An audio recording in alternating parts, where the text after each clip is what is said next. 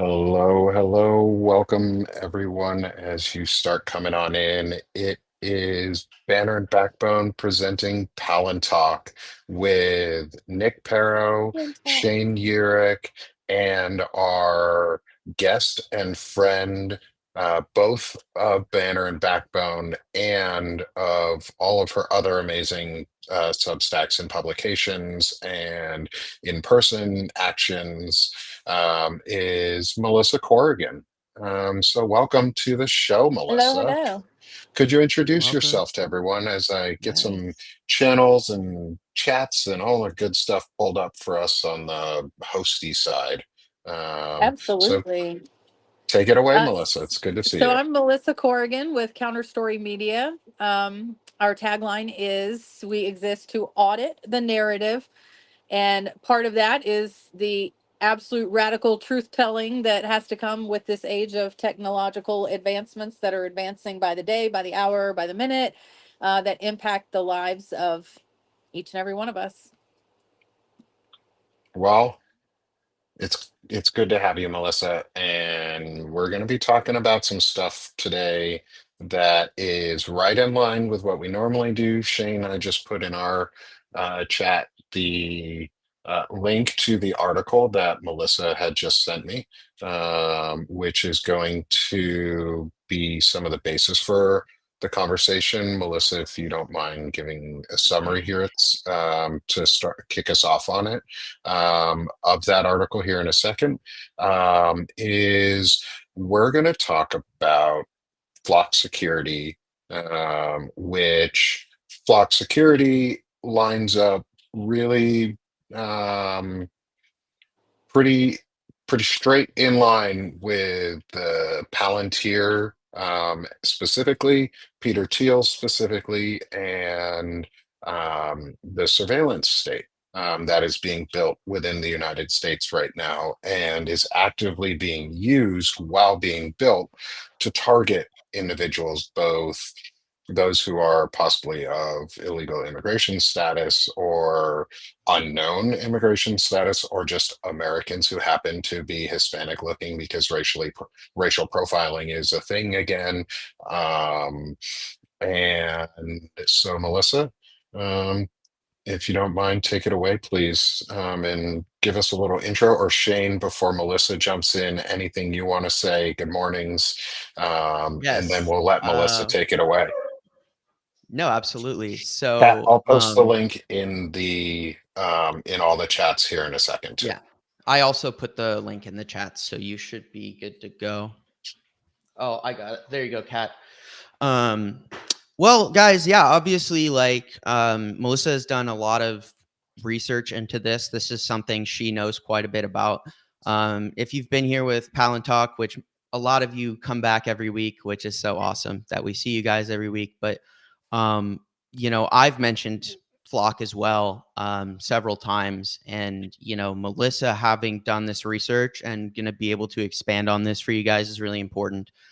Flock is just the beginning, right? Flock is just the start, and I always say, and it's important that we have analogs and case studies, um, and you're going to see as she talks about this too. One of the things I think about a lot is how similar this is to what we see in China, and how this is the beginnings of the American variation of the Chinese style mass surveillance network. And I have seen the way these camera feeds coming out of China look, how you just have cameras that are like mounted on a freaking skyscraper that can zoom in on a license plate on the freeway. They have like these little, the square reticles that pop up and track. It's crazy.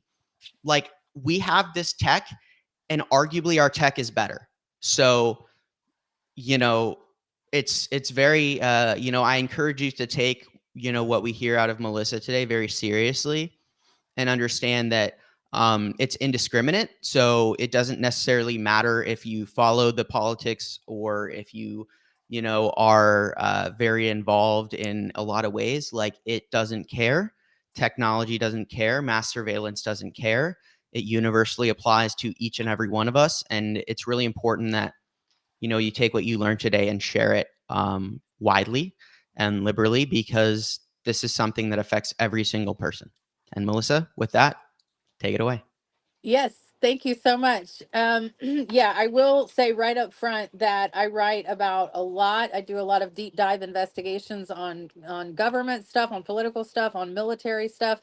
This is the only topic that I research and write on that, I'm going to be totally honest, scares me a little bit. And I have been contacted by insiders who have just warned me to be careful. So, with that, let me go ahead and just tell you everything. So, So we're going to be what careful by being transparent, right? right, just letting you know up front. So what drove my interest in this was the immediate concern, my immediate personal concern, when they erected one of these flock cameras outside my neighborhood. Okay, my neighborhood has one entrance and exit point, Yeah. and that intersection is now blanketed with flock cameras. There's not one, there's four. There's one on every corner of that intersection. So as soon as those cameras went up, I immediately was like, what is that? What are you doing? Who owns those? Those don't look like city cameras. So I immediately began asking questions. I tried reaching out to the city.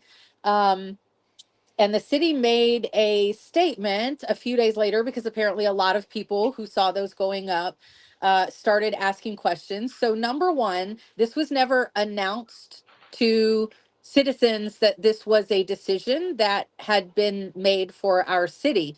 That's not super unusual, because our local newspaper got bought out by a conglomerate several years ago. And so our local news reporting has really taken a nosedive, and so it wasn't super unusual that we didn't get notice that it was going up. But once the cameras went up and people started asking questions, it became clear that there was a lot of murkiness going on the back end. So they had the police chief on our local public radio station a few weeks after the cameras went up. And there was again another huge red flag moment as our local reporters asked the police chief how the data was being managed for those cameras. What did the data plan entail in terms of retaining that information and sharing that information? At which point the police chief notified the whole public that there was no data plan. He said, "Oh, we're working on that."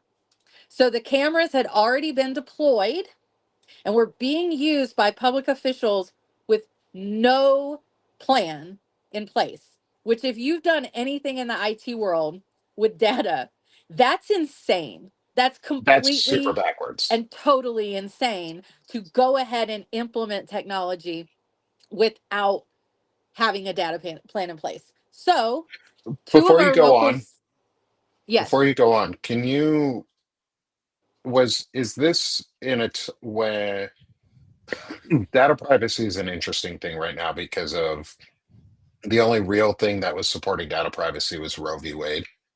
And when Mhm. that right, was taken away, data privacy laws were basically down the drain in a lot of ways. There are a lot of laws in place for banking and financial and PII information and HIPAA and GDPR, though GDPR is for Europe, but we do have data protections. Just before we get any further, there were no data protections in place for any PII or any identifying types of information, nothing. I which They also have literally something had to, no, illegal. right, yeah. no policy plan, anything. Yeah, So, And I was a two, senior really quick, software Melissa. engineer Um, that, hold on one last sec. I'm going to finish this thought real quick, Shane, before you jump in. you're good. You're good. I was a senior DevOps software engineer who worked with data privacy and health related and PII and information my entire career. As a software engineer, I worked with health related data and that type of data. There's a lot of laws in place that protect your privacy on data. The fact that they released something without a plan in place should have been highly illegal and the camera should have been taken down immediately. Just right. FYI on that, how that should have Oh, worked. yeah. Well, and it's interesting because like Melissa's story in terms of how she learned about Flock is exactly the same as mine. At this point, I worked at a Home Depot. Okay, so I drove into work every day, and one day I drive by. I'm sitting there in my car with my coworker, and I see this camera. I'm like, dude, what the fuck is that? Like, when did that show up? And so I like walked around, I took a picture of it and I, was like, put it in a Google search and I'm like, what the hell? And then like Flock, what the hell is Flock? I looked it up. So I walked the whole parking lot and like Melissa said with her intersection. Okay. The thing about these cameras is ALPR, automatic license plate reader. They're always basically at entry and exit points so that no matter where you go off the property, you're getting your license plate tagged. And interestingly enough, in California, we have a law. It says if surveillance is going to be put up at a private business, employees need to be notified within 14 days, written notice that that's going to happen. And that didn't happen. So not only did they put these cameras up and subject every employee who has to go to work to surveillance, they broke the law. They broke the law by not giving us written notice. And this is a private company. They have every right to put up cameras on their property. But kind of just to the point that we're getting at here is these cameras are going up illegally, and there is no pushback. There's no pushback, not on a state level, not on a federal level, not on a local level. It's just happening, and it's a serious problem. I just wanted to add that because I also came about, finding about a Flock camera in the same way. Is it just shows up, and you're like, what is that? Like, what is? And that in itself is concerning. Like they have to talk to somebody to put up a camera, right? So no one is raising these flags. No one's like, hello, like these cameras are going up. Everyone's just like, okay, like why is the state, like even my state, California, like we're, litigating on the National Guard, we're litigating on ICE, we're litigating on all these things. And why the fuck are we not litigating on mass surveillance? Like what is happening? Right. So Well, there have it sounds been, like we are, though. and I also want to point out that we are now at a point where over 5,000 cities, towns, and municipalities are using Flock Yeah. cameras. Over 5,000. And last I read, that's rapidly approaching 6,000. So chances are pretty good that if your town isn't already using them, they may be in the pretty near future, or they may be looking at some sort of technology that's similar to this. So we had two local citizens. I went home and started looking up what the cameras are. I did the exact same thing you did. I took a picture of the camera, put it in Google reverse search to see what it was. Then when I Googled it, the first thing that came up, because it's my area, is that two citizens of my city are suing the city for the implementation of the cameras. Number one, without a data plan at all in place, but simply for the surveillance aspect of it, because what these cameras do is circumvent our Fourth Amendment rights. So federal and local law enforcement, along with private companies, by the way, can purchase the data from Flock Security without a warrant. So it's a way around having to get a warrant to surveil someone. So that's the issue that's being debated in our local uh, system right now. So we can back up and talk about what Flock Security is, because it's not getting a lot of headlines, because really it's sort of it's a vendor. They're a vendor that provide products, which are these cameras, and another product that they offer is a dashboard. And the dashboard is the software that, according to my insiders that used to work for one of these companies, the software, this particular type of software, is what Peter Thiel is really excited about. Mm. Security cameras and license plate readers, those companies are a dime a dozen. But Flock Security has a dashboard where law enforcement can pull together not just other streams of surveillance, not just um, private records. It can also pull social media streams. So this is where you get into building a profile on an individual. So it's more than just tracking your movements around your town. It's potentially connecting those movements to your financial records, your employment records, and then finally your social media, which is where you talked about that China behavior comes in. This is the behavior of the Chinese government where they assign their citizens a social credit score. Mm-hmm.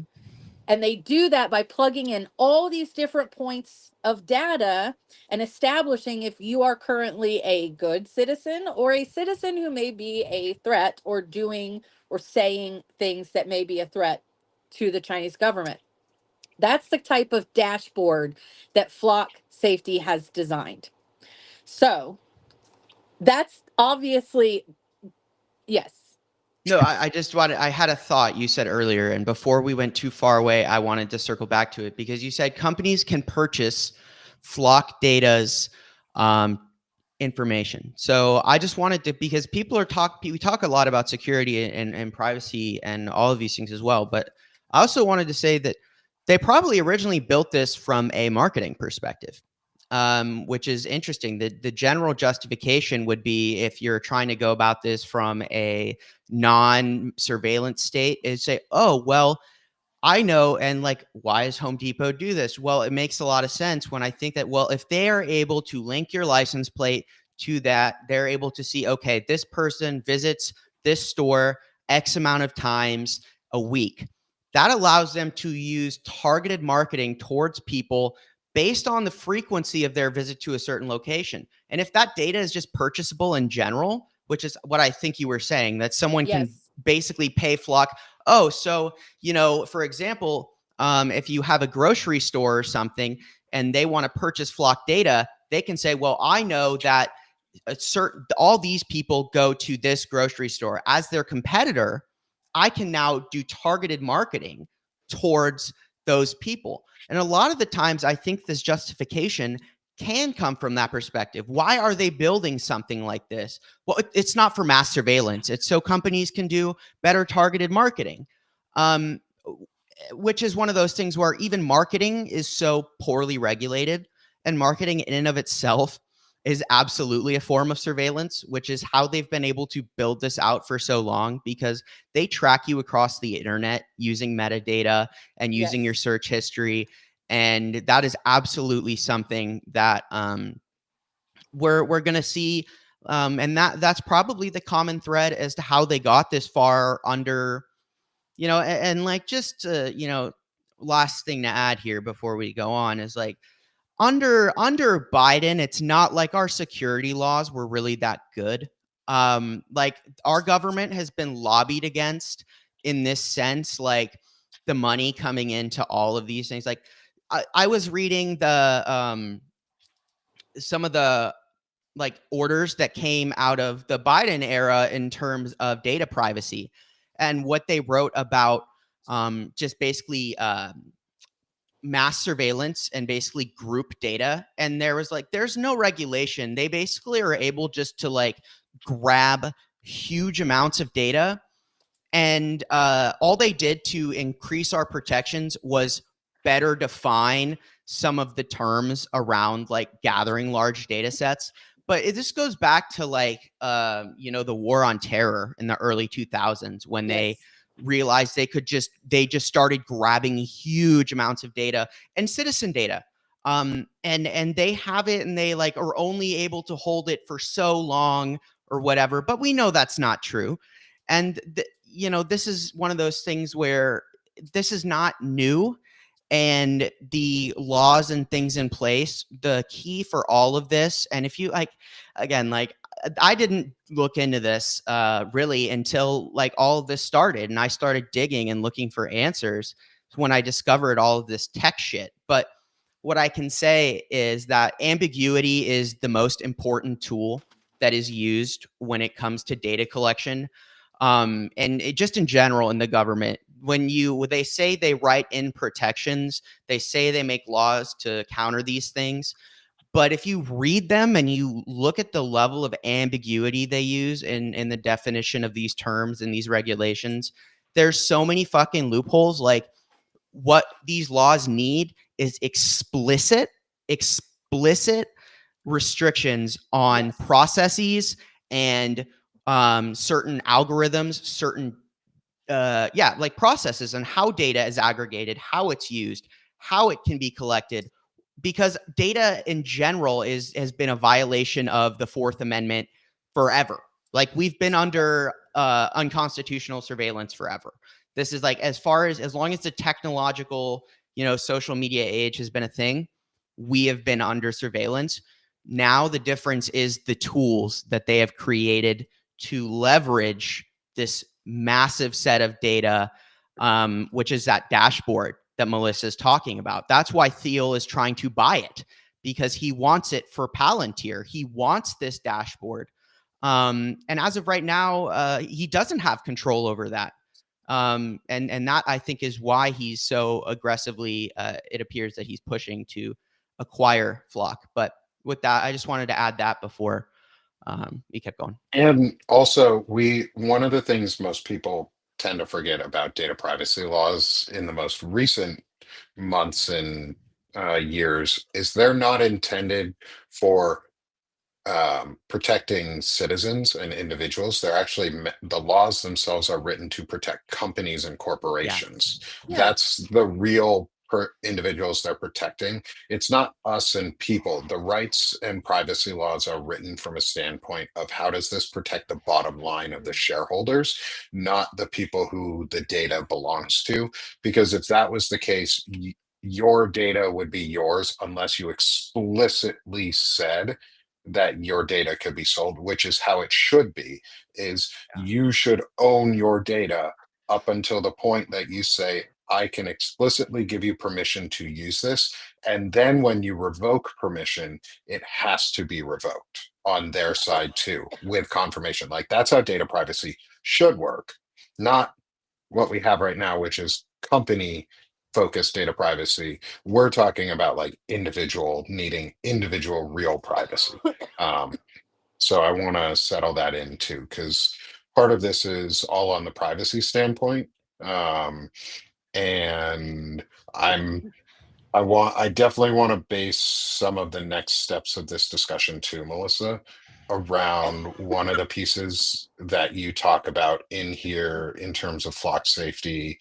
And I hopefully did not go past it, was the Palantir piece, right here in the middle is Project Gotham, um, and the internal policing tools that Palantir has already developed, and how this ties into the flock safety dashboard, and reporting system, and what you found there, because Peter Thiel has interest in purchasing flock safety, for Palantir. And we want to make sure people know about that, as well as what it could mean in the construction of a surveillance state based on what Project Gotham is. So could you give um, a little bit of primer from your side on what you've learned about both of them, or Project Gotham plus the other three, and then how that ties in with the flock safety? Yeah, I'm having a cough. Assuming you don't die on us. I know, right? I've been fighting this cough for a few days. So I wanted to go back to the data, the amount of time that they can store the data. So this was addressed in Virginia's most recent legislative body, and they did come out with a law that limits retaining ALPR data under Virginia law to 21 days. However, an expert witness for the defendant. Now, let me go back.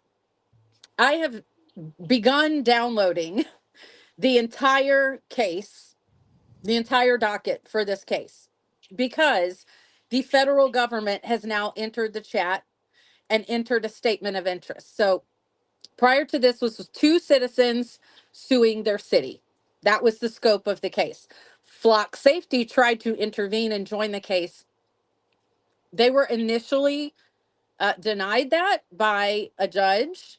It looks as if they have been able to worm their way in, at least in terms of providing counsel. But last Saturday, the federal government, the federal Department of Justice, has entered a statement of interest, which caused the entire case to halt. And now the trial that was supposed to start on Tuesday has now been pushed to February because the federal government's getting involved. So whoever, I have to dig into these get into the evidence, but whoever the expert witness for the defense has testified that this state mandated time limit of 21 days does not apply to downloads of data. So how can you download data that doesn't exist after 21 days? You know what I mean? Yeah. So that's an interesting verbiage that I have noted. So when you go back to pulling this into what the Palantir world does, Peter Thiel has designed an entire encapsulation service of data, and is looking for intentionally looking for ways to use some of that data as AI enabled defense. They want to use this for defense. I And have a when you look question, at the, Melissa. yes, So you were talking about how this law basically prevented them holding data for more than 21 days. And right, basically you're saying it doesn't apply. So you were saying that like it doesn't apply to downloaded data, or so my question, and maybe I'm but like my thought when you said that and is okay, they can't hold it, but what's to stop them from immediately taking that data and putting it somewhere else? Like the right. loophole there is exceptionally like it, okay, so they can't hold it. That's fine. Like was there anywhere in that law that said they can't take the data they acquired within that 21 days and put it somewhere else? That's that's part of what I'm digging into, is the actual verbiage of how the law reads in terms of how their expert witness is interpreting that law. That was a note I literally just made last night when I was skimming through one of those. So I just discovered this last night.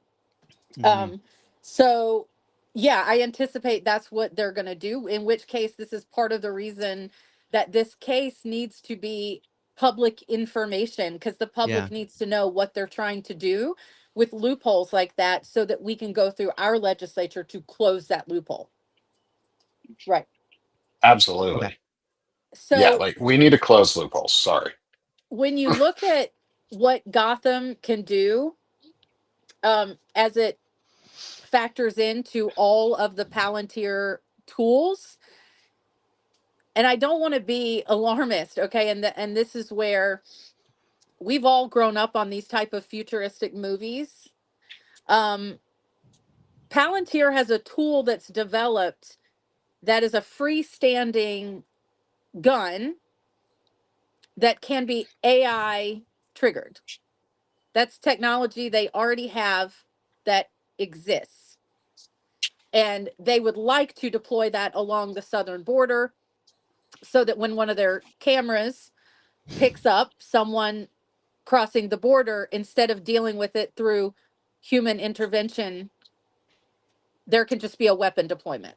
So this is what we're talking about, that's not futuristic, that has already been developed. That is a real thing that exists. So for those of us who are extremely concerned about these types of cameras and these types of technology integrations, that's why. It's not because we are predicting or projecting out this very alarmist thing. It's because that alarmist thing does in fact exist.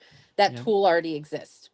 So flock So we're safety, talking about extrajudicial killings just by saying that this person is in this region of, say, a uh, militarized zone between us and the Mexican border, or us and the correct. Canadian border, or us and states against states. um, Mm-hmm. types of things. That's what you're saying is it would be automatic Correct. little bot firing turrets like Skynet Correct. and And in that same Terminator. vein, we also have to acknowledge that Flock Safety has also begun to build drones. So Terminator, to be exact, and Skynet. Like Palantir is trying to Right. build. Peter Thiel is trying to build Skynet and any form of like death AI that's ever been in existence. That's basically what is being built right now. Just so everyone Yeah. has context as to what Right. the US government is trying to do is actively build Skynet and Terminators because Yeah. if you Right. replace people on the battlefield, you don't have to worry about people dying. You can just send drones off to war and we can Yep. fund wars forever. Well, also to Right. extrapolate on that, right? To go further, okay? Like if you're a minority, right? And one of the things we're seeing them struggle to do is get um the loyalty of the military. Okay? So it's something that they're really not able to do. Like even these National Guardsmen, they don't want to be there. Like they don't want to be doing it. Like, but the key here and the biggest roadblock to any form of minority rule is that you need people to enforce this. Historically speaking, like that's the failing of fascism, of autocracy, is that populism ultimately results in the overthrow of a minority. Now, the key here is that they are trying to solve that problem. And I have to emphasize these people are solving the failures of previous autocracies, the way that China has seemingly done in a big way. In like if the soldiers won't help, okay, well Palantir has the software, like the ability to have a turret that shoots people, and I would not be surprised at all if they were training this in Gaza, right? Like they all like need places to train this. So what, they probably Right. just put these things on top of an Israeli tank and they let this thing like train by shooting all of these innocent Palestinians, like all of this. But now imagine again, we have to think, if I have this thought, then they've already had this thought and they've already put millions of dollars into it. Flock's building drones, they have the software to put a gun. How long before that drone is flying around with a gun on it and they are just shooting people? Like, oh, citizens credit, your social credit has dropped below 0, dead. Like, Yeah. we need to be candid here. This is not like some shit Right. where, oh, they have already demonstrated they are willing to go as far as necessary to retain power. And we need to understand that like this is so fucking real, and that's what Palantalk is about. And Yes. if it should scare the shit out of you, it scares the shit out of me. It scares the shit out of Nick and Melissa. It's fucking scary. And understand that like this is not like she said, like this is already developed. It already exists. They already have all of this data. They've like in this article, like when I was skimming it, like they have like Doge. What was Doge? They went in and they got all of these separate databases, all of this data that was not centralized, and they inserted Foundry into it. So now they have all of this data they can link. Like at this point, like this is beyond anything like you could comprehend or imagine in terms of like what people even think is possible. It's been quiet on purpose. It's happened silently, but the second it gets rolled out, like it's more of a matter of they need to get to and I've said this kind of before, their biggest hurdle right now is the energy required to roll this kind of stuff out effectively at scale, which is why they had these executive orders drafted, which is why they are now opening up brownfield and Superfund sites to build data centers and energy infrastructure to allow them to run this kind of program at scale, so that they can have Foundry and Gotham running 24/7, so they can have drone swarms flying over Chicago and flying over Memphis or San Diego or Sacramento or LA or New York or any of these cities that have demonstrated that they are not willing to bend the knee and have been doing this. Well, what happens when, you know, and like what now we have DSP7, DSPM NSPM7. DSPM7, and now they've legally created all of these obscure terms to designate people as terrorists. And guess what? They can shoot terrorists with like very little justification. Like if they put that in you know Gotham or Foundry and then link you to terrorism, they have already laid the groundwork for a drone to kill someone in the street and then say, well, they were a terrorist. Like that's straight, like this is already here. Like this is not Right. like a obscure thing. Like the only limitation they have is the energy infrastructure that they need to actually do this at scale, which is like why it's so important. Like we don't fucking let that happen. Like that has to be stopped. Like the infrastructure is the only barrier. So we need to like, you know, and I have an article that I wrote on NSPM7 that I'll send over that we can put in the show notes.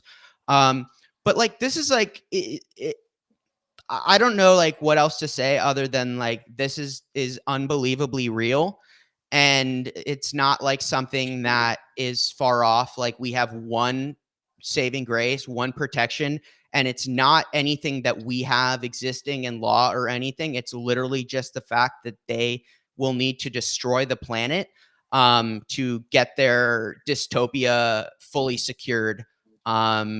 They need energy. Why the fuck are they burning coal, right? It's because they don't care. They don't care how they get the energy. It doesn't matter if it's wildly inefficient. It doesn't matter if the emissions are nuts and it destroys the environment in a way that like it doesn't matter. It's about just getting energy. So Yeah. anyway. So I'm gonna follow up with some more like real life, very startling things that I have seen digging through these case files. This is super startling as someone who lives in the city. This is my city, and reading this is truly, truly alarming. So I'm gonna give you some numbers. Norfolk has about 227,000 residents. We now have 172 flock cameras to surveil 220,000 people. We aren't a large city. We live in a larger metro area with a cumulative population of about a million, a little over a million people. But our city only has 227,000. To have 171 cameras is insane. 172. And of those, that does include retail locations, Lowe's, Home Depot. And here's another fun piece of it. An HOA, your HOA perhaps, can purchase flock cameras. 41 of our flock cameras in Norfolk are neighbors snitching on their own neighbors because these are purchased by HOAs, and every single one of these HOAs, per these court documents, has agreed to full turnover of the data to law enforcement. No question. Open access to law enforcement by private cameras bought by this private entity of HOAs. That's totally crazy. Like that's so bonkers. So So part of I would say if part you're in an HOA and you have a flock security camera in your HOA and you are not the president of the HOA, go fucking contact your HOA and go, yes, nah, get this out of my property. I right. did not consent to this in my original HOA agreements. I have never consented to having my security violated in these ways. Like you can push back Not just and that, I do would it. go door to door and inform each one of my neighbors what these cameras do. And did you agree? Because did you know our HOA purchased these? And do you agree to constant surveillance of not just yourself, but your any guests that come to your home being surveilled in this way? Because I'm willing to bet if the entire HOA in all of the homes that were subject to that HOA truly knew, they would not agree to that type of No. surveillance. Um, so, out of the discovery, part of what the plaintiffs in this case asked for was they demanded to know how many times their license plate specifically had been tracked. And it literally took the judge ordering that, because Flock did resist turning that data over. But once they were compelled to turn that over, one of the plaintiffs, these cameras were put in June of 2023, and this discovery was compelled February of this year. In that time period, one of the plaintiffs, who is a retired veteran, he doesn't go to work every day, um, has been tracked 562 times. The other individual doesn't even live in our city. She lives in the next city over, comes to work in our city. She has been tracked 814 times in that span. So the expert witness for the plaintiffs, they have I'm not going to give his name. He simulated more than 15,000 routes within Norfolk. And his analysis showed that 78% of trips through anywhere in our city, you are tracked by at least one camera. 55% of those routes are binary reconstructible. That means at least two cameras have tracked you and can then put together that part of your route. He said that most routes can be reconstructed almost entirely off of flock camera footage. So they can trace your route from your home to your grocery store to your kid's school to your doctor, anywhere within the city. Over 50% of the time, they can completely track your route. And so that's part of what this case is that law enforcement is, of course, saying, no, we never do that. We would never trace your route through the city. This is a one and done picture. And that's already being overturned as discovery goes on in this case. We are seeing that they have, in fact, put together those license plate images to create tracking of routes in active criminal investigations. So that's something they are already doing. Yeah. So Yeah, part and of, somebody in the chat, a good friend, Kimmy, says they should be able to find all those missing kids at this point. Like, right, if you live in a city, but they aren't using it for that sort of shit. They're not finding missing exactly. children. They're using it to target and track minorities, trans people, people in the Yes. military who are dissenting, people, because where they're doing it a lot, and the excuse that is probably going to get used in the filings by the Justice Department is national security. They're going to use Oh, this the absolutely. excuse of we have to know because it's near a military installation. Well, Right. So what part of what I'm looking into, and it's going to take a little bit of legwork on my part because this is one of the first documents they sealed. Some of the exhibits have already been sealed in this case, which should let you know something right up front. One of the documents, the very first things that were sealed so I could not get access to it, is the map of where all these cameras are. Number one, shouldn't citizens know where the cameras are?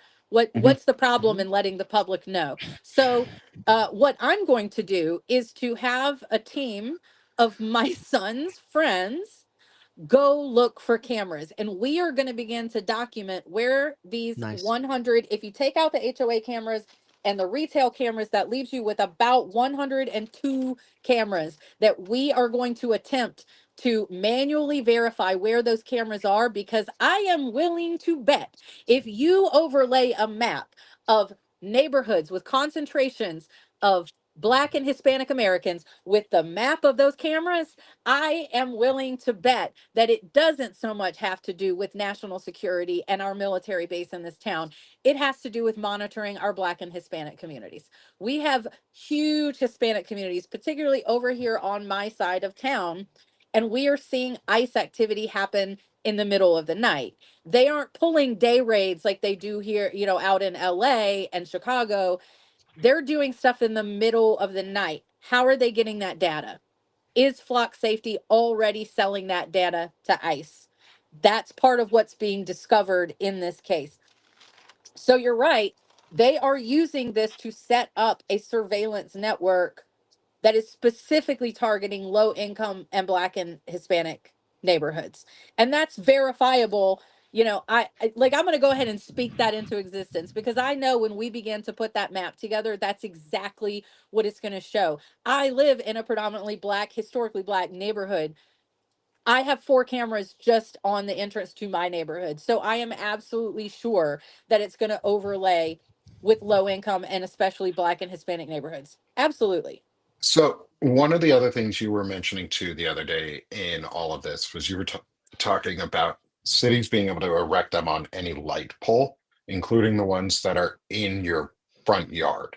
Right. Um, can you talk about that? Is that to mean if you say have a private property slightly outside the city with a little bit of acreage and they put a power pole onto your property which has the meter on it and that's Right. where they connect from, you're saying they could put a security camera on that Not pole? just they can, they have. So in Memphis, Tennessee, there is a prominent activist she's been active for decades in her community. She was especially outspoken during Black Lives Matter, so I guess she got on the wrong people's radar.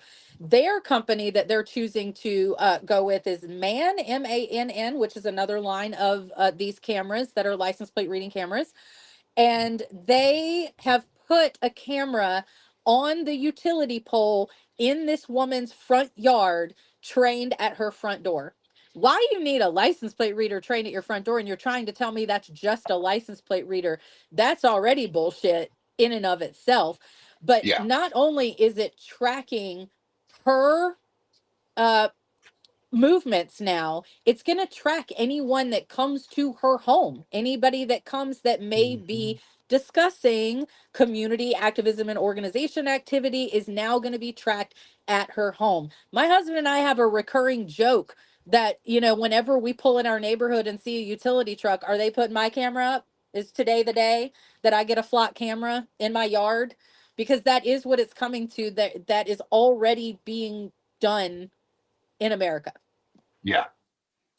Yeah, and it also another place that most people will be less likely to look for them, though you should be very open to look for them, is on state borders. I know this because I Yes. live on a state border that has a security camera that is right on the interstate. Um, and toll booths, any toll booth that you go through, this is what we're talking about. But now take all that metadata. Shane and I talk about metadata a lot here and how you can minimize your metadata and maximize your impact in a world of surveillance.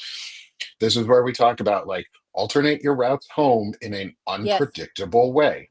Don't always go home the same way, but don't make it like an everyday thing where you do weird routes. Go home on a planned route that you normally would, but add in sporadically and randomly as different data points, different gas stations, go a Yeah. different route home because they can track your car. Your car has Yes. GPS in it. If you have OnStar radio in it, I bet you somebody is buying up that data, wondering where your OnStar is or where your Sirius XM is pinging from or any of that. They can pick that up or just from your car's computer when it goes in I like that. for a pickup.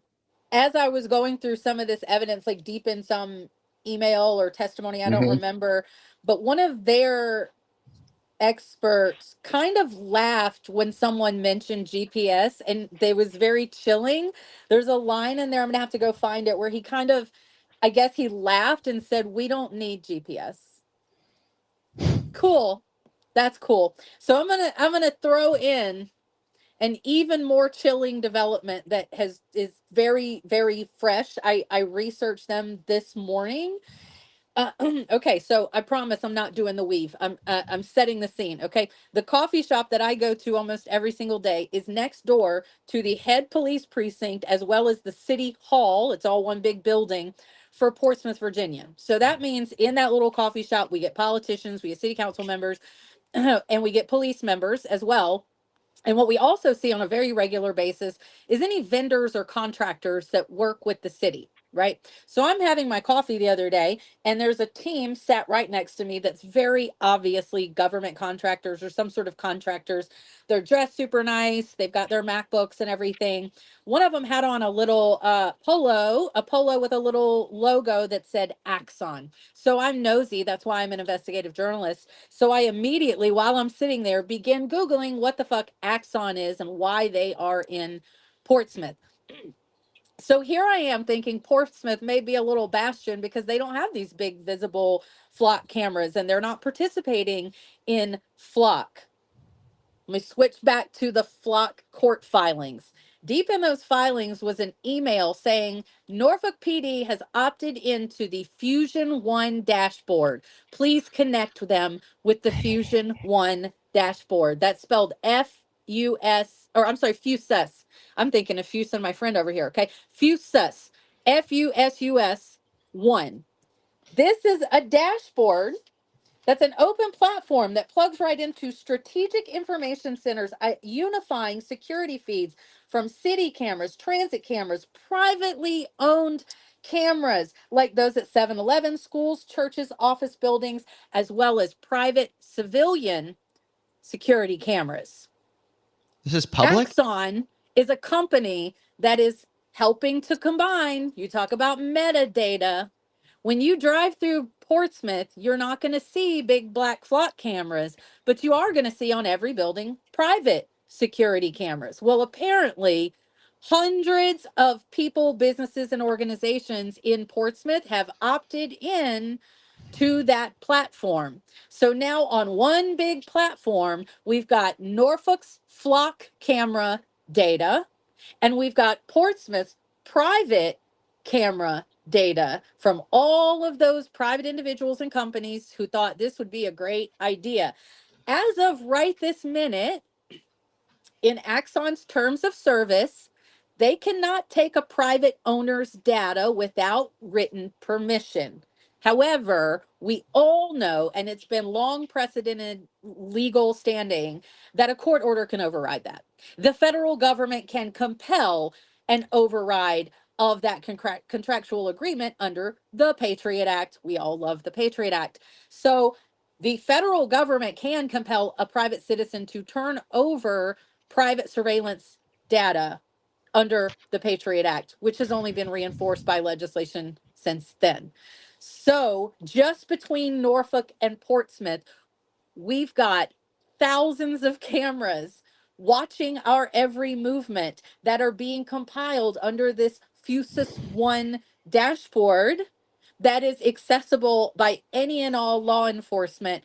And as of today, Norfolk police officers have had access to this with minimal training and virtually no oversight. So if you have a cop that wants to stalk his ex-wife, he can do Yep, that. that's first thing I fucking That thought. First works. thing I Yeah. thought was like these assholes, like, and I'm like, I'm sorry, but like, I don't know, like, I know there's good cops out there, but there's something about law enforcement that just attracts these toxic, awful men. Like because they crave power. Like it's if you're not good enough, like you're not strong enough, or you can't pass your military, boot camp or whatever. These guys, they'll go because they want to carry a gun. They want authority. It's Right. like generally speaking, like I these I don't want to use the word most. Too many law enforcement individuals are wife beaters. They're creeps. They take advantage of their position Right. to vent their anger on other people. And literally, you said that, and I'm like, dude, these assholes are gonna fucking like stalk their ex-wives, or they're gonna do like they're gonna stalk women, or they're gonna like find some guy or some person they don't like, and they're gonna just the these people are almost worse than like a tyrannical government, because in a lot of ways they just are like unsupervised, like, and then they went and got rid of a lot of the oversights. One of the first things they did was remove like the centralized database for police abuse, and now that body cam Yep. image, so these guys can go and get hired at a different municipality if they get kicked out of their other one. And it's like, it's a whole cultural thing. Like there's a whole thing down here in San Diego where our sheriff's department, okay, they're literally like a bunch of they aid and or enable all of these nail salons that they frequently park outside of, where these women are trafficked in from Asia. It's like a whole thing. Like, it's Yeah. the unspoken truth. And like, our sheriff's department, our police department has been enabling trafficking for decades. And like, I drive around. There is a fucking reason these guys, they pull up in like 2 or 3s, and they are always outside of a fucking nail salon, because they go in the back and they do horrible things, because they are generally bad people. And bad people, when they concentrate in a community, they attract other bad people. That's how it works. And Right. for whatever reason, you like all over, okay, like now in government, what is ICE? It attracts bad people. It attracts people like, look, you can look at the body cam footage of these dudes that are like pulling up on people. Like, these guys are fucking white trash, dude. Like, they're the worst of the worst. They're the people who just are like, oh, I could join ICE. Like, I saw a video of a woman, they were busting in her window, she had a baby in the car, and I saw these two guys. I'm like, these two guys are fucking nobody. I mean, Yeah, they they woke were up one not day, law enforcement. like the dude, like, and they don't even care. They don't even care if they show their face. They don't give a shit, because they want it to be powerful. They want to feel powerful, because they usually have no power. They have been, no one's interested in them, because they're trashy people, Right. and they need an avenue or a means to get power. And the people that have been pushed out of society for being trash, guess what? Now you have a government who is offering them a easy means to power, with lots of money to boot. Like, these are Right. generally poor people, and suddenly they can just lift themselves out of fucking poverty, and like, just, and like, these guys, like, I see them cuff and take away these women, and my heart breaks, because I know what these people are capable of. Like, Yeah. I know what they're doing. Like, I know, we all know. Right. And it's fucking disgusting. It's disgusting. And um it makes me One so of the upset most just to think about it and talk about Yeah. it. But One of yeah. the most disturbing parts of these court filings is sort of the attitude of the police department in answering.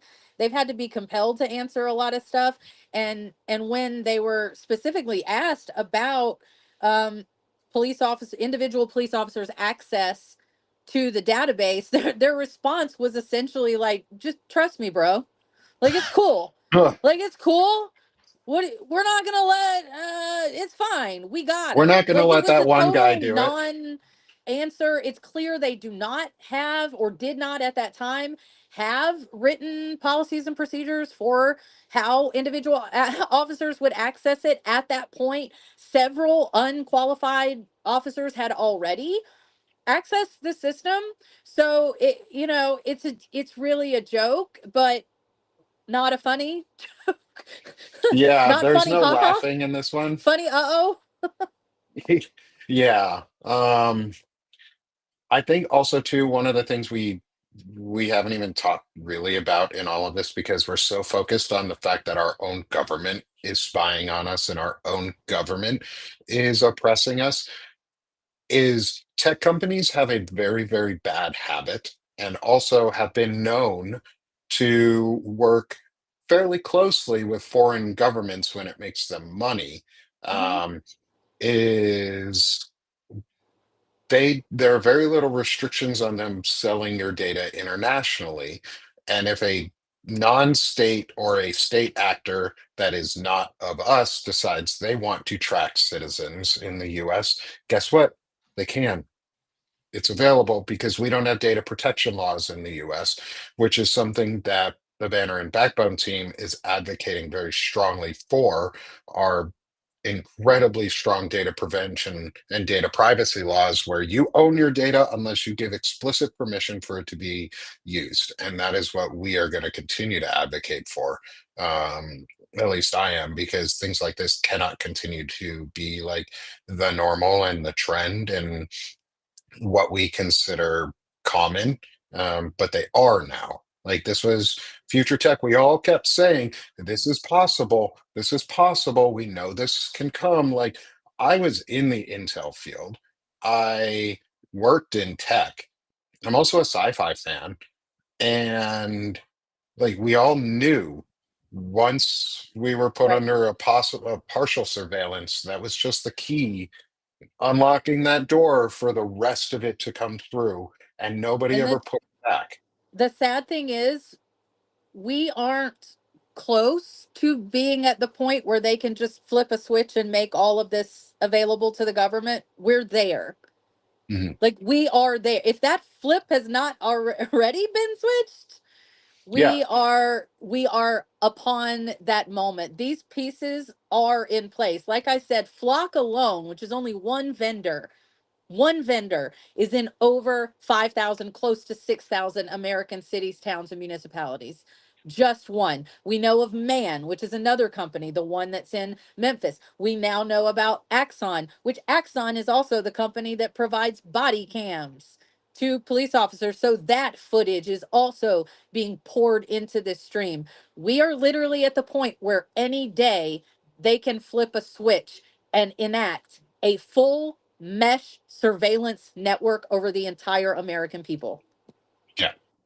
So with Now go that have a good lovely day. statement. No, no, no, no, no, no, No, no, no, Melissa. no, no, no, You no, didn't no, no, realize no, this is an no. hour and a half show. You can drop off. You're welcome to Oh drop no, off if I'm you good want to to. go. Is this is an hour and a half show, and Good. we end this on a positive note every single time. We always end Palantalk on a positive segment, which is we boldly go beyond where we are now, and we enter space, So and we I have good move. news for you then. I have a celebratory piece of news.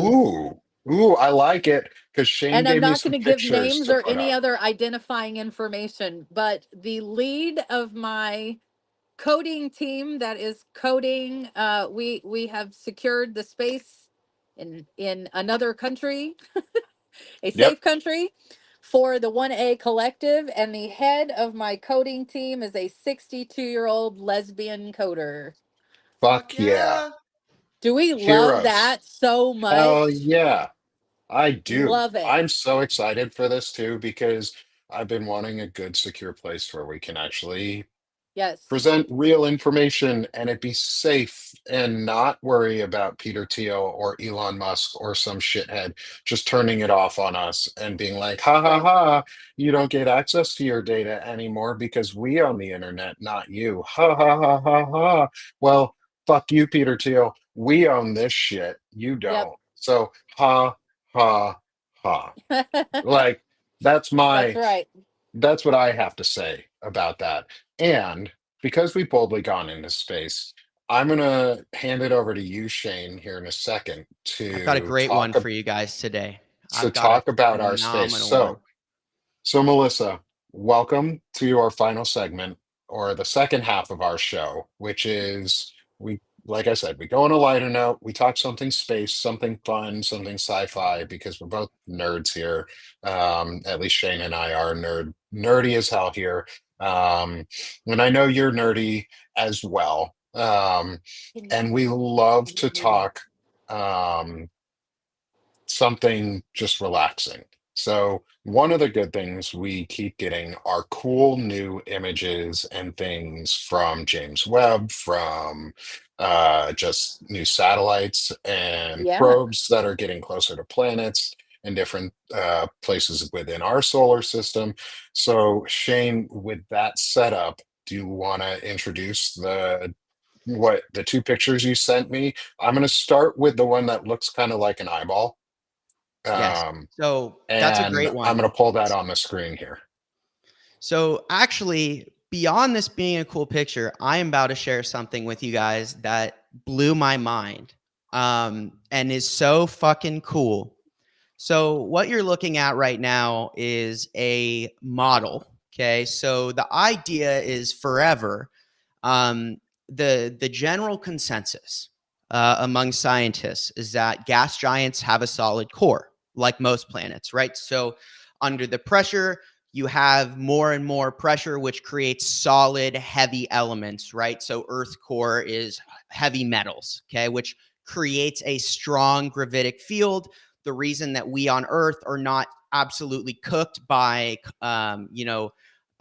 solar flares and all of the radiation coming off of the sun is because we have a magnetic field that protects us, unlike poor Mars that got absolutely cooked because it has a very weak magnetic field. So for a long time, the assumption has been that gas giants, to retain all of this gas and these elements, this big, raging storm that is Jupiter, it also has a solid core. So what you're looking at is that there was always like an abnormality within Jupiter's core. Like they couldn't figure out like why its orbits and things were so strange. And you have all these different forces around Jupiter. And Jupiter has over 60 satellites, okay, over 60 moons. Like Jupiter is huge. Like it's hard to even quantify the size of Jupiter. Like it's really, really big. But here's the interesting thing that I learned is that Jupiter's core is not a solid at all. It's fuzzy. It's not a light element, and it's not heavy. It's actually fuzzy, which means it's constantly shifting and changing. So what you see here is the fuzzy core. Now, what I want to point out about this image is that the prevailing theory was that this was caused by another planetary body being pulled into Jupiter and causing a collision. However, they ran a lot of models, and using Juno, which is a probe that we launched in 2011 and has been out there for over a decade. I've been at Jupiter almost a decade or over a decade now. It has been able to collect enough data with every orbit for them to run these simulations. And they have found that even after a planetary impact, Jupiter itself would have returned to a solid core, but it has not. And they also were able to confirm this with Saturn's core as well. Both Saturn and Jupiter have a fuzzy core. What that means is that our fundamental understanding of the formation of gas giants needs to be fully reevaluated, because large gas giants do not have solid cores, which is absolutely crazy, because in every book, everything you read up to this point with this data, they've been able to definitively say that Jupiter and gas giants like it are not formed the way we thought, which is fantastic. It is a great example of how our science is able to constantly challenge the things we thought we knew. And these irregularities that they detect, it's like we have to give everything, every new idea credence, because the first person who said, well, I don't know if Jupiter's core is solid, everyone was probably like, ha, you fucking idiot, but now here we are. And now they've been able to show that even if there was a planet impact, it would have gone back to being solid. So we have an entirely new era of study that's going to come out in regards to these gas giants and how they have a fuzzy core. So the first picture you saw was of the original theory. But what you see in that is if a planet impacted, right? You have the core, and then you have that kind of debris coming off, which would have, if you think about it, right? If the core itself is not stable, you're also going to have it affect the gravity of the planet itself, because more mass is going to be on one side of the planet than the other, right? And so we see a lot of the moons of Jupiter have very irregular orbits. So that was something that I doubt any of you had heard of, but that I found exceptionally fascinating, and I wanted to share with all of you, because there is other things to think about and other things to ponder than the fact that the government is surveilling us, because this is fantastic. Like, despite what's going on right now we are still pushing the boundaries of what we know and understand. And if we can do that, we can push the boundaries of what's happening here in our society, and we can be better. And it just comes from a prevailing will to learn and understand. So that is my topic for today. I hope you all learned something and are as excited about it. Probably not as excited about it as I am, but find it exciting and cool as I do. Did they know when that collision was? Well, they don't. Well, the interesting thing is there may not have been a collision at all, right? Because they were trying to explain why the core Yeah. itself was acting irregular. So they're trying to think, well, because the prevailing theory was that gas giants have a solid core. So they're coming from the assumption that the planet has a solid core, and whatever it's doing, a outside factor must have acted upon it. Right. However, if the case is that the formation itself results in a fuzzy core, that would make sense. I mean, and if you think about like gas giants as a whole, like we don't really like it. Gas is very light, but also like they're so big, like the gravitational force to do that, like what's the pressure like? I mean, there's so many questions, when we're Yeah. looking at something like a gas giant, because they kind of like defy everything that we think a traditional planet is. Like one could argue like it's not a planet in the sense that we consider it a planet, because you couldn't stay. I don't think you could stay. My understanding is you could not stand on Jupiter. You would just go and go and go and go and go down Yeah. until you reached the core and were crushed by the gravity of all of the gas above you, like the weight of the gas. But there's no solid, like you couldn't just pop over to Jupiter and like go for a walk. Like So do they it's know not like that. But do they know how long of a time period this is taken to go fuzzy, so to speak? But we don't know. That's the whole Yeah, thing, you right? don't We know. don't know if it went fuzzy at all, right? Or if it Or if it that's the just started cool was fuzzy. part. that way.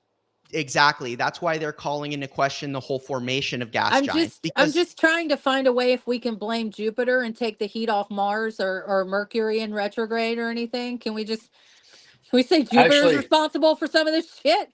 what we can do is blame Jupiter for not releasing the Epstein files soon enough, yes, Absolutely. yes. because it's They pretty should be more fuzzy. transparent.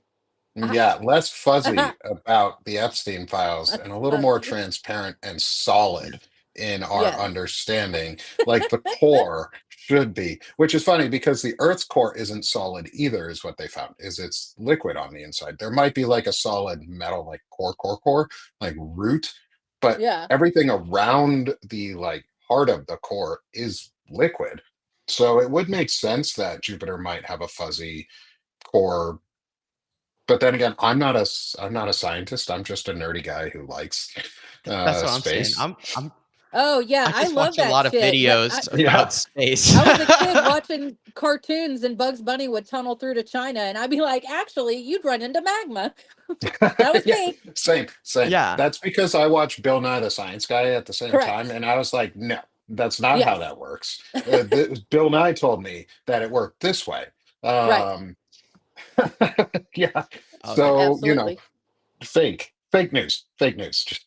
Um, Absolutely. but we're going to ground ourselves here for a second because I'm going to bring us back to our final piece, which is saying goodbye, which is where we can all find ourselves and how people can find and support our work. So I'm going to ground us a little and I'm going to try another little segment. Boom.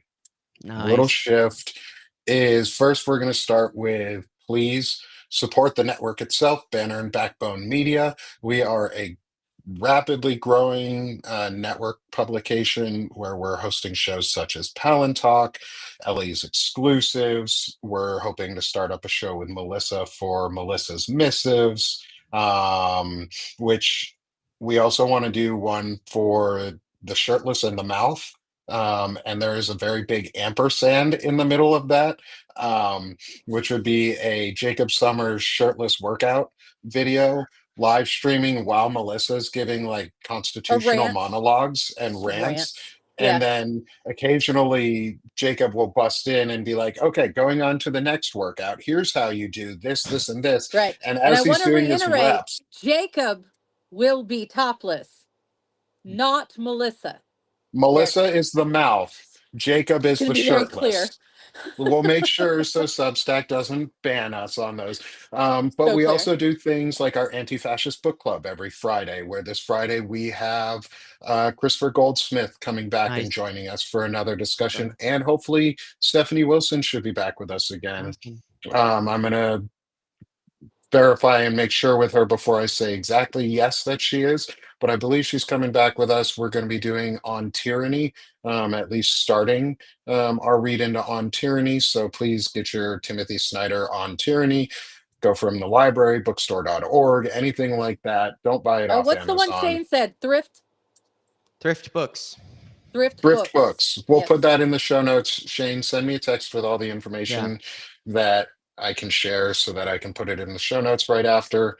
And everyone can get it. Is go get those books, all that good stuff for this Friday's upcoming anti-fascist book club. But on Palantalk, we come back every Monday here on Banner and Backbone with Palantalk. And we always give our hour-long segment something new, plus our little 15 to 30 minutes um, of just some good space talk. And finally, I'm going to hand it over to I'm going to hand it over to Melissa, and then actually, give me a second. I'm gonna hand it over to myself again for 1 second so that I don't have to talk anymore at the end. Um, is also please subscribe to me over on Sick of This Shit Publications. Used to be Sick of This Shit with Nick, now Sick of This Shit Publications. Going through a quick small rebrand, making ourselves look a little more professional. And an adult in the room on that one. That's where I do my poetry plus chronic illness discussions, general general chats, doesn't less political at times, um, and sometimes a little more positive. So go find me there if you want to too. And then handing it over to our friend and guest, Melissa Corrigan, to give where she can be found. I have her up on the screen. Melissa, how can people help you and support you? Yes. As always, I don't do a lot of the call to paid subscribers, but lately I have been doing more of this as I dedicate more and more of my time. And this court case is, I mean, the involvement of the federal government is obviously, it obviously means this case is of great importance. I have a couple of partners here. Centered America and Banner and Backbone are helping to actually fund the download of the entire docket. It is thousands of pages of information, and you do have to pay to download that information. And I will be downloading the entire docket, everything that hasn't been sealed and redacted, unfortunately. And that will all be put on the 1A Collective website when it goes up. So that will be outside the US, and it will be a complete case docket of a federal case that will be open to the public, because I firmly and wholly believe in transparency and allowing the public to see that information.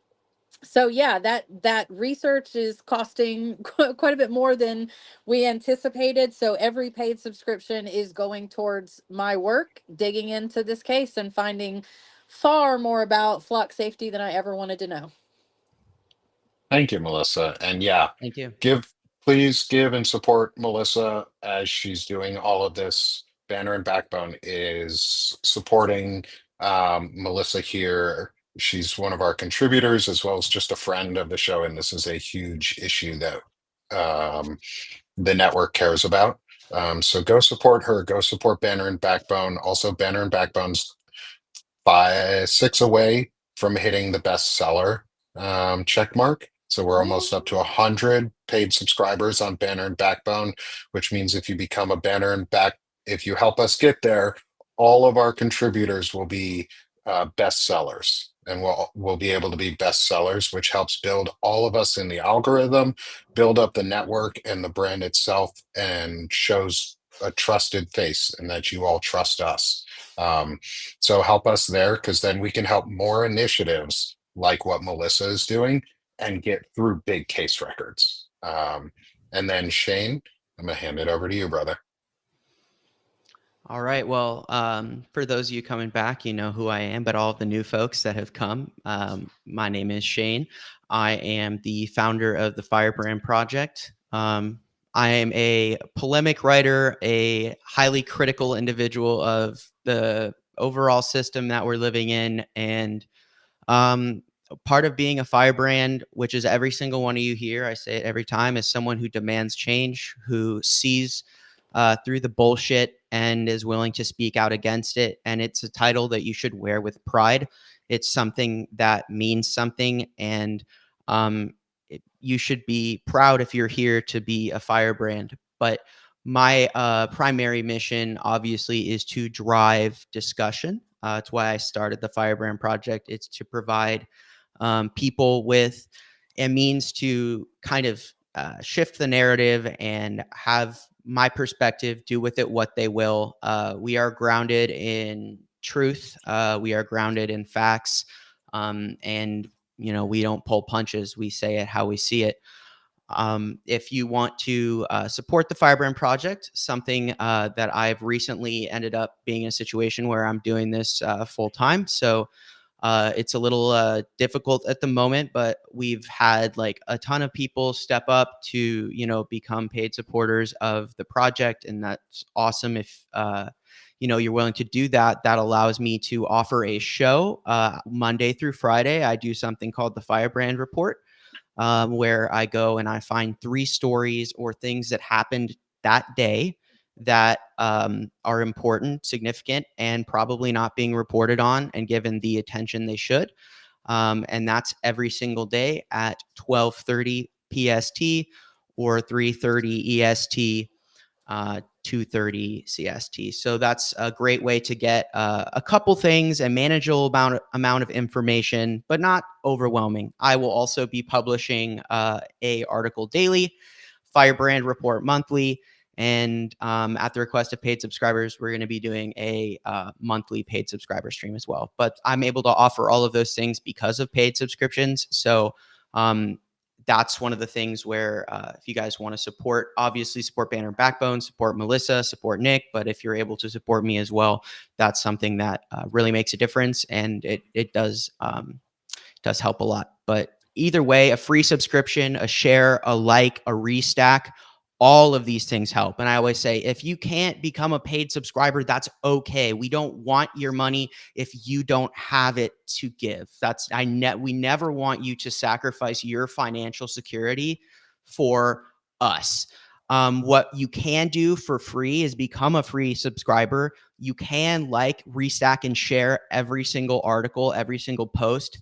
And it doesn't matter if you have any followers, because your engagement helps the algorithm share these things. So never feel obligated to be a paid supporter of anyone, but you can do so much to help creators like us, like all the contributors to Banner and Backbone, just by engaging with content like Palantalk, like Anti-Fascist Book Club, like, you know, the articles we post every day. But with that, thank you all so very much for coming to Palantalk today. Melissa, thank you so much for coming on to our show and joining us and sharing all of this fantastic and not fantastic things, but fantastic, important information that everyone needs to hear and understand. Thank you so much for having me. Yeah. Our pleasure. Thank you. And everyone in the chat, appreciate all of you for coming today. We'll see you again next Monday for another episode of Palantalk. Thanks, y'all. Have a great afternoon.